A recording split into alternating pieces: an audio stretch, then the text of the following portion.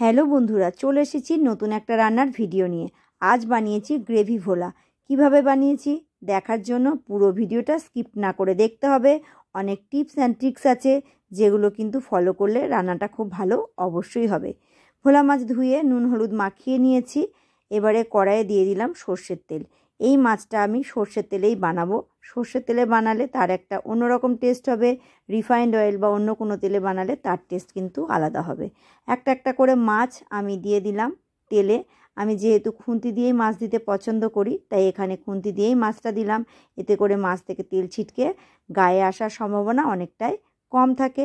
মাছগুলোকে সাবধানে দিয়ে দিতে হবে, কারণ ভোলা মাছ খুব বেশি শক্ত মাছ হয় না, একটু নরম হয়। সেই জন্য একটু সাবধানে করলে পারে ভাঙবে না। এক পিঠ হয়ে গেলে পারে তারপরে আর এক পিঠ উল্টে নেব।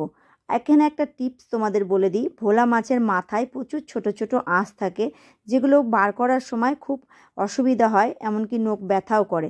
সেক্ষেত্রে যদি কিছু মাছের আঁশ থেকে যায় অসুবিধা নেই, ভাজার সময় এই আঁশগুলো কিন্তু সব উঠে যাবে। আর তেলের মধ্যে যেটুকুনি আঁশ পড়বে সেটাকে ছেঁকে নিলে তেল কিন্তু পরিষ্কার হয়ে যাবে। দেখো অনেক আঁশ মনে হচ্ছে ভেসে রয়েছে। এরপরে আমি তেলটাকে ছেঁকে নেব, পরিষ্কার হয়ে গেল, দেখো কোনো আঁশ আর নেই। এইভাবে তোমরা কিন্তু ভোলা মাছটা রান্না করার সময় আঁশ বার করে ফেলতে পারবে। যে ভাজা হয়ে গেছে আঁশগুলো, সেগুলো হাত দিলেই খসে চলে আসবে। দ্বিতীয় ব্যাচের মাছগুলো আবার দিয়ে দিলাম, উল্টে পাল্টে লাল লাল করে ভেজে নিলাম। এবারে কড়াই থেকে তুলে নিলাম। আবার তেলটাকে পরিষ্কার করে নেব যাতে আঁশ না থাকে, আর দিয়ে দেবো আরও একটু সর্ষের তেল, কারণ সর্ষের তেলেই রান্নাটা করব পুরো রান্নাটায়। এখানে যে তেল আছে সেই তেলে পুরো রান্নাটা হবে না, তাই আবার একটু সর্ষের তেল আমি এখানে মিশিয়ে নিলাম। এবারে তেলটা গরম হয়ে গেছে, দিয়ে দিলাম জিরে ফোড়ন। জিরে বদলে তোমরা চাইলে পেঁয়াজ ফোড়নও দিতে পারো, বাট আমি পেঁয়াজ আদা রসুন আর কাঁচা লঙ্কা একসাথে পেস্ট করে নিয়েছি, সেই জন্য জিরেটাকে ফোড়ন দিলাম। নেড়ে চেড়ে কষিয়ে নিলাম।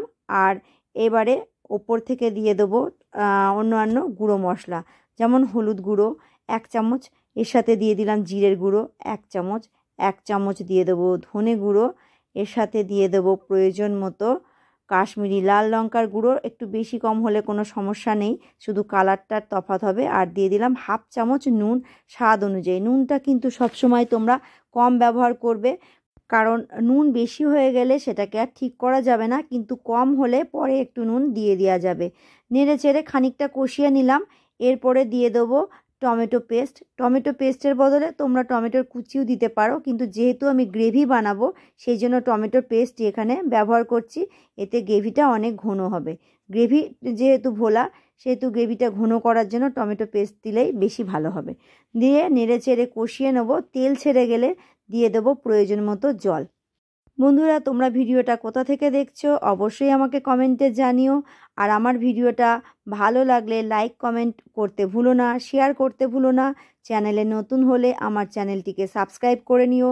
আর যারা ফেসবুক থেকে দেখছো তারা আমার ফেসবুক পেজ শুক্লার রান্নার ম্যাজিক অবশ্যই ফলো করে পাশে থেকো। বানানোর জন্য প্রয়োজন মতো জল দিয়ে দিলাম। এখানে খুব বেশি জলের ব্যবহার করিনি, ছোট চায়ের কাপের 3 কাপ মতো জল হবে আমি এখানে দিয়েছি। টকবক করে ফুটে গেলে আমি দিয়ে দেবো ভেজে রাখা মাছগুলো। মাছগুলো কিন্তু দিয়ে দেওয়ার পরে খুব বেশি নাড়াচাড়া করার দরকার নেই, বেশি নাড়াচাড়া করলে মাছগুলো কিন্তু ভেঙে যাবে। আর এই মাছটাকে খুব বেশি ফোটানোও যাবে না, 2 মিনিট 2 মিনিট 4 মিনিট মতো ফুটিয়ে নিলেই হবে। অর্থাৎ এক পিঠ 2 মিনিট ফুটে গেলে উল্টে দিয়ে আর একটা পিঠ 2 মিনিট ফুটিয়ে নিলেই হয়ে যাবে। মাছটা ফুটে গেছে, এবারে আমি দিয়ে দেবো চিড়ে রাখা কাঁচা লঙ্কা, আর এর সাথে দিয়ে দেবো কুচিয়ে রাখা ধনেপাতার কুচি। ধনেপাতার কুচিটা দিলে পরে স্বাদটা অনেক ভালো আসবে। আর কিছু নাড়াচাড়া করব না। এবারে আমি গ্যাসটা বন্ধ করে ঠান্ডা হতে দেব। একটু ঠান্ডা হয়ে গেলে এটা ঘন হয়ে আসবে। ভিডিওটি কেমন লাগলো অবশ্যই জানিও।